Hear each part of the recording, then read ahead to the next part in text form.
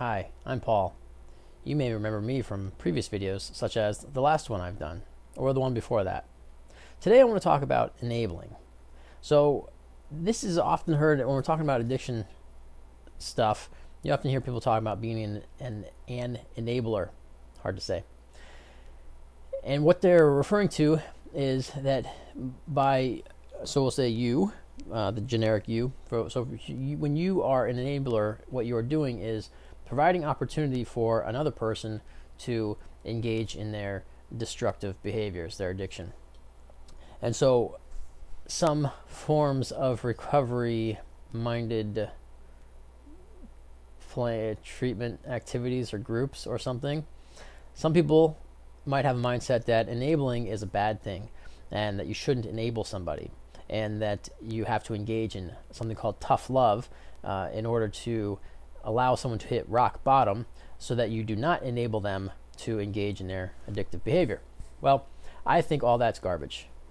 And I mean that in a fair and judgment-free kind of way. Okay, so what do I mean? What I mean is I don't follow that opinion. And that's all these things are. These are all opinions. We've all got our own opinions. My preference for addressing addiction behaviors and my philosophy, my theories, my approach is my opinion. And it's not the right one. It's not the only one. It's just mine. And it might work for some people. It might not work for other people. But this is this is how I engage in the discussion. And so let me say, so enabling. What does enabling mean? Let's start with that one. So enabling means to provide, to give the authority, to give the authority, I think was the proper definition of it. To give the authority to perform a function or perform a task or something, to do something, to make something activated, to make it working. So to enable something. If I hand you the keys to my car, I'm enabling you to drive it, or to at least to start it. And so there's different things. If I hand you an apple, I'm enabling you to eat that apple. And enabling goes in a lot of different. I mean, it's simple. Sometimes it's permission. I enable my children to watch a movie. Yes, you can watch a movie. I've enabled them to watch that movie. Nature has enabled them to watch the movie by allowing them to see. But we talk about enabling as though it's a bad thing. Well, it doesn't have a good or bad connotation. It just means to give authority to. So we talk about enabling, and we got to stop enabling people. Well, maybe we could be more precise in this language issue, because language is a big issue when we're talking addiction stuff. Maybe we can be more precise and say, don't stop enabling somebody.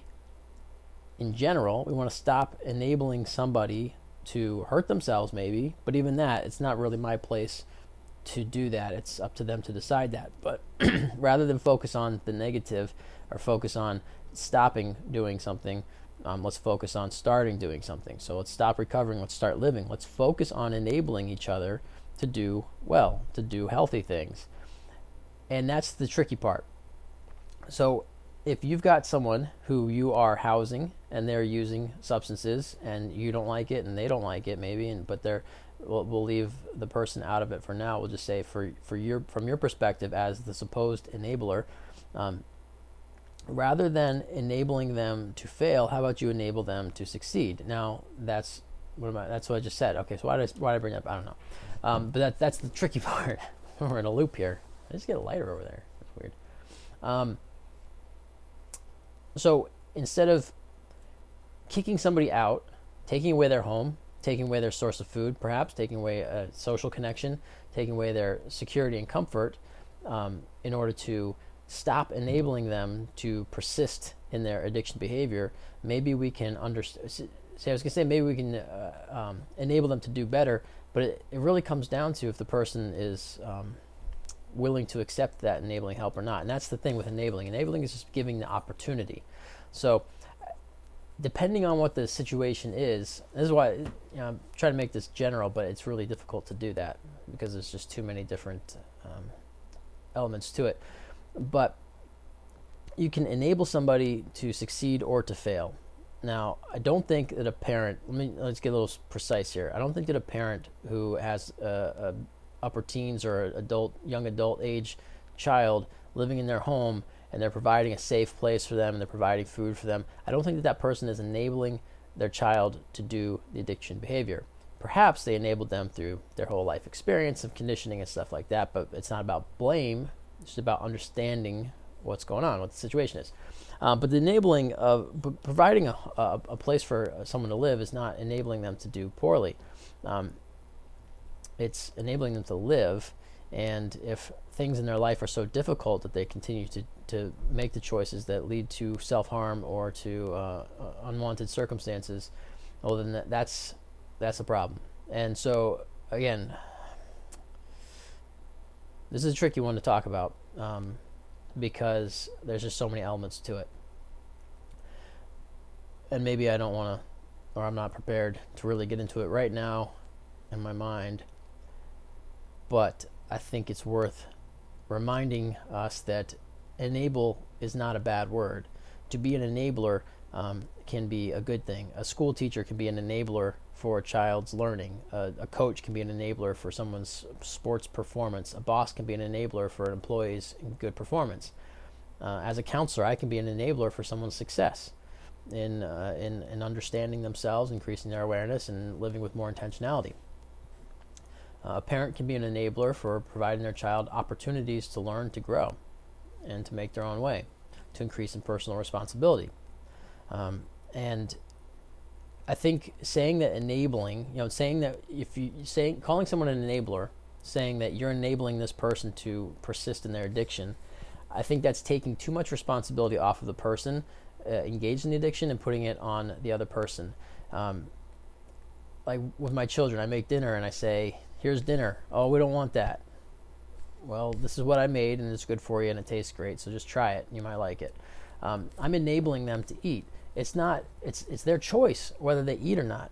Now, obviously, I'm going to make sure they eat something because I want them to be alive.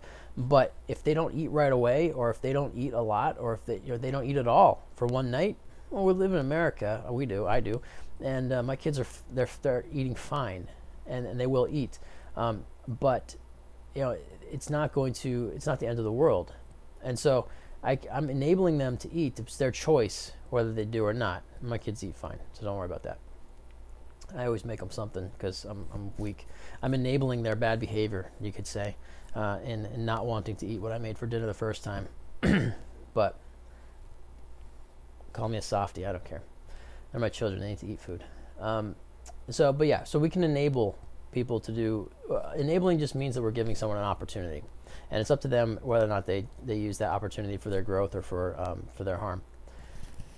So I don't think that it's a bad thing to enable somebody. I think that using that word should never have been brought into this context. I guess that's my beef. My beef is literary. I don't know if that's it's about the definition of appropriate word use. Say that at all.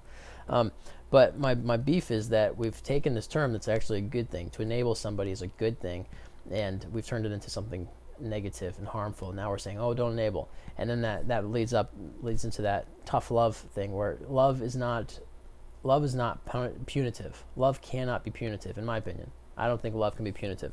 So if you're offering punishments in order to be tough with your love, I think that's a misnomer, and I think that's a rationalization, and that's really okay. So that's really what I think this comes down to, is that calling somebody an enabler as a bad thing, saying tough love, and then leaving someone to their own devices to hit rock bottom. I think these are three things that have come out of an antiquated addiction recovery mindset that is actually a rationalization for the person on the sidelines to not feel badly, to not feel guilty or shame. Now, I'm not saying that you should feel guilt and shame. Never feel guilt and shame. These things are not useful to us. I mean, there's some natural occurrence of it, but it shouldn't last very long, I don't think. We don't need to dwell in guilt and shame. You do something, you feel ashamed.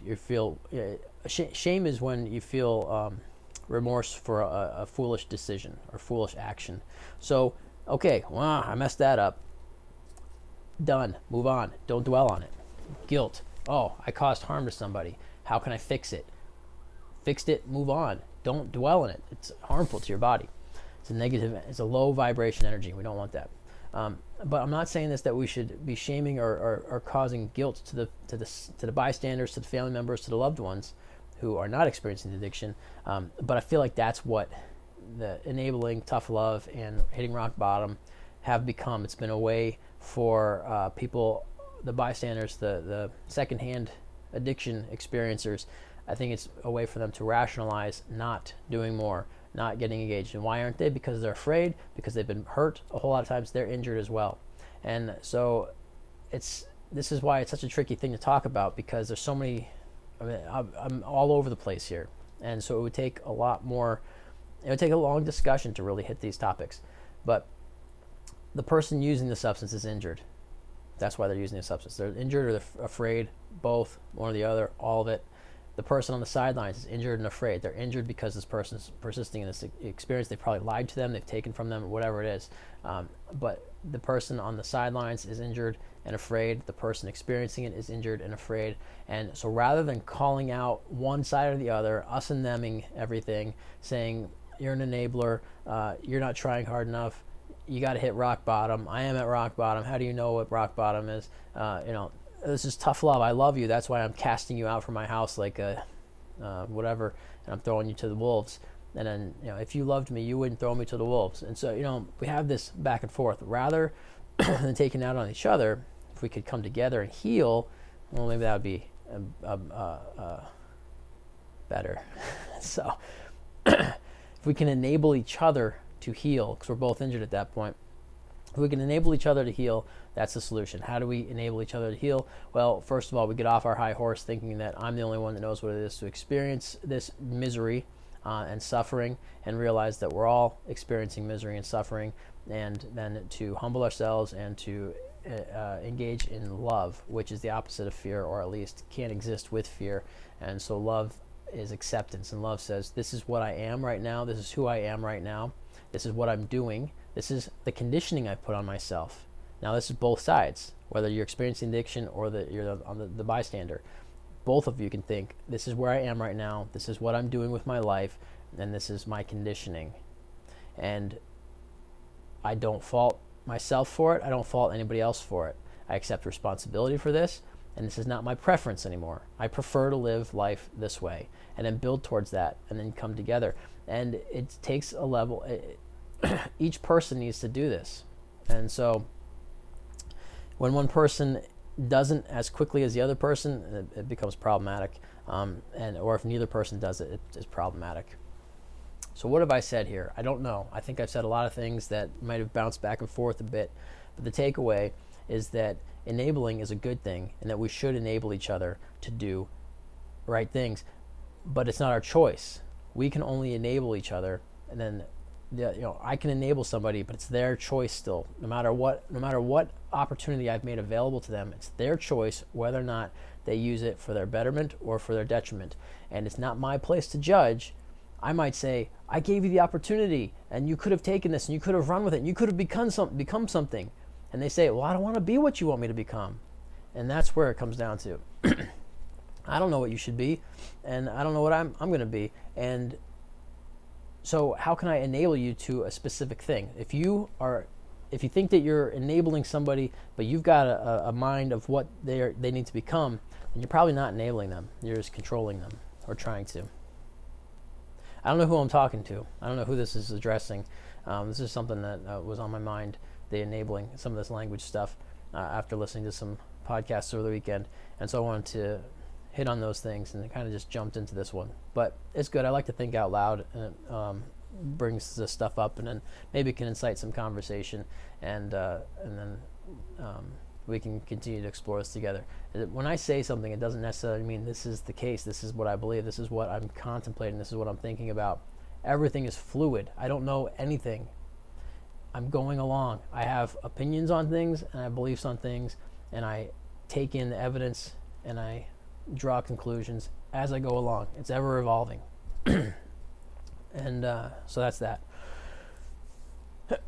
So be an enabler for good, which just means you enable somebody with opportunities that they can make their own choices. Maybe you be careful about what opportunities you give to somebody, depending on where they are with their capacity and stuff like that. But tough love doesn't exist. Only love exists, and love does. I don't think love casts out anything but fear. So take that for what that's worth. And hitting rock bottom. Let me say on this one. So hitting rock bottom. I can't. I don't know what's going on. Hitting rock bottom. Sometimes someone's within reach. They're falling down. Imagine this. If someone's falling down into a hole and they're within reach, but they're not at the bottom yet. And you say, oh, I can't help you yet. You have to hit rock bottom. Otherwise, you're not going to appreciate the help I offer you. And so you pull your hand back and they fall. Now they fall and they hit the rock bottom. Now they're even more injured than they were before. And now they're further out of reach. And now you've broken that trust, perhaps. Yeah, they broke your trust. Sure. Okay. We got to be forgiving, everybody. Easy for me to say, I know. Just think about this stuff. That's all I'm trying. I'm trying to increase awareness. But the person is now injured at the bottom of the hole, further away out of reach than they were before. And it's going to be a harder haul to get them back up. And so hitting rock bottom seems to be a popular thing to allow to happen. I don't know that it has to happen. Joe Dispenza says we can choose to change out of a state of joy or out of a state of suffering, and it's our choice. And I think, cutting someone off, engaging in tough love, so-called, and then letting someone hit rock bottom forces it to happen in a state of suffering rather than joy. And this video is longer than I intended, as they always are. It's at my limit. I've got to end it. Thanks for watching. Let me know what you think. Bye-bye.